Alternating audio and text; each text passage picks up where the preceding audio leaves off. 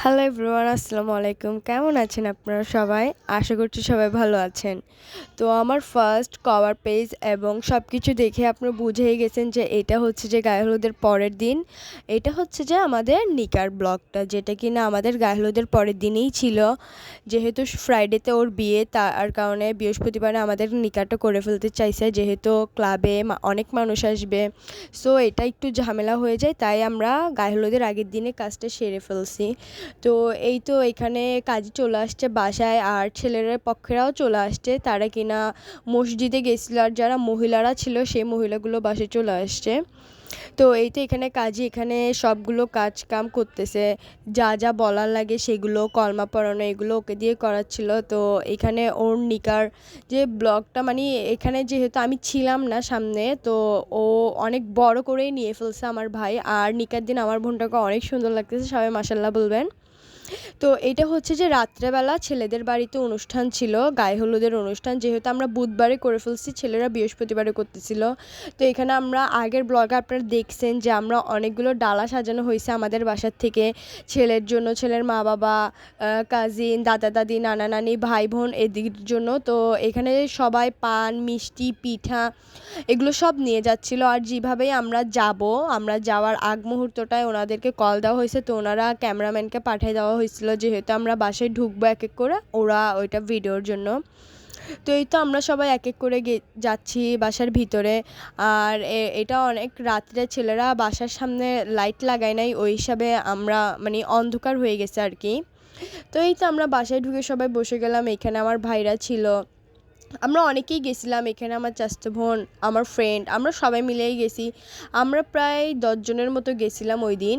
তো যাওয়ার সাথে সাথে এখানে শরবত, তারপর হালকা পাতলা নাস্তা দিয়ে দিচ্ছিল, যেহেতু ওদের বাসায় আজকে হলুদের প্রোগ্রাম, আর ওদের হলুদের প্রোগ্রামটা অনেক রাত্রে শুরু হবে। তো এই তো এখানে উনি ধরতে গেলে আমাদের বেআইন, উনি ওই হিসাবে তালতো বোন আর কি, উনি আমাদেরকে সবাইকে মিষ্টিমুখ করাচ্ছিল ফান করে করে। এখানে আমার ভাই ছিল সামির, তারপর অনেকেই গেছিলো, আমার চাচাতো ভাই, আন্টির ছেলে, এই যে আমার মামতো বোন, আমরা সবাই মিলে যেহেতু গেছি, এখানে সব আমরা মেয়েরা মেয়েরা গেছিলাম, মানে যারা ছোট ছোট তারা। এখানে উনি এক এক করে সবাইকে মিষ্টি খাওয়া দিচ্ছিল, আর আমরা ওগুলো নিয়ে হাসাহাসি করতেছিলাম। আর ওই দিন আমরা সবাই হালকা পাতলা, যেহেতু আমরা সবাই অনেক টায়ার্ড ছিলাম, তো ওই হিসাবে কেউই এত ভালো করে আমরা রেডি হইতে পারি নাই। তাও যেটুকু রেডি হয়েছি ঠিক আছে, হালকা পাতলা রেডি হয়ে আমরা চলে গেছি। আমরা প্রায় 10টার দিকে মনে হয় ওদের বাসায় গেছিলাম। তো এই তো তারপর আবার ছেলের বোন চলে আসলো আমাকে মিষ্টি খাওয়াইতে। তো ও যেহেতু আমাদেরকে খাওয়াইছে, তো আমাদেরও ওকে খাওয়ানো উচিত, তো আমরা ওকে খাওয়াই দিছিলাম। তো এখানে এই মিষ্টি মুখ নিয়ে এইসবেই চলতেছিল, যেহেতু বিয়ে বাড়ি বলে কথা, এগুলো তো হবেই। তারপরে এই তো আমি খাট থেকে নেমে গেছি ছেলের বোনকে মিষ্টি খাওয়ানোর জন্য, বাট ও বলতেছে যে ও অল্প খাবে, আমি বলতেছি যে না, আমি তোমাকে পুরাটাই দিব। তো এরকম করে এই তো আমরা হাসাহাসি মজা করতেছিলাম। আর আমি যে শাড়িটা পরেছিলাম, এটা একটা আমার বসন্ত লুকের শাড়ি, যেটা কিনা আমার আগের রিলসে যে আমার আইডিটা ব্যান্ড হয়ে গেছে, ওই আইডিটা আপনারা দেখছেন আগে, যেটা আমার বসন্ত লুকের শাড়িটা।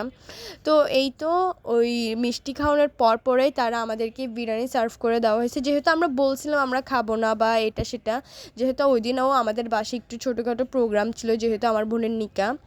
তো এটা হচ্ছে যে তার পরের দিন বিয়ের, আমার কাছে কোনো ক্লিপ নাই, বিয়ের দিন আমি কোনো ক্লিপ নিতে পারি নাই। তো এখানে সব ধরনের ফুল আব্বু নিয়ে আসছে, এখানে প্রায় অনেক রকমের ফুল ছিল, সাদা গোলাপ, লাল গোলাপ, গাজরা। তো এগুলো নিয়ে আসছে, বেআইনদের মালা। আবার আমরা পার্লারে যাব, এই যে আমি পার্লারে চলেও আসছি, এখানে আমার আম্মুও বসেছিল। তারপর এই যে আমি প্রথমেই চুলটা আমি হালকা কার্ভ করে ফেলছি, যেহেতু আমি মানে আমি যেই হেয়ার স্টাইলটা চাইছিলাম ওরা ঠিক করে আমাকে ওরকম করে দিতে পারে না, তাও যেটুকু করে দিছে এরকম। আর সবাই অবশ্যই কমেন্টে বলবেন যে আমাকে কেমন লাগতেছে। তো এটা হচ্ছে যে আবার 2 দিন পরের ব্লগ, যেটা কিনা আমরা বৌভাতে গেছিলাম আমার বোনকে নিয়ে আসতে বাড়িতে। তো ওই দিন আমরা, যেহেতু আমার বোনের বাসাটা আমাদের বাসা থেকে বেশি দূরে না, মাত্র 5 মিনিটের রাস্তা, ওই হিসেবে আমরা সবাই রিক্সা দিয়ে গেছিলাম।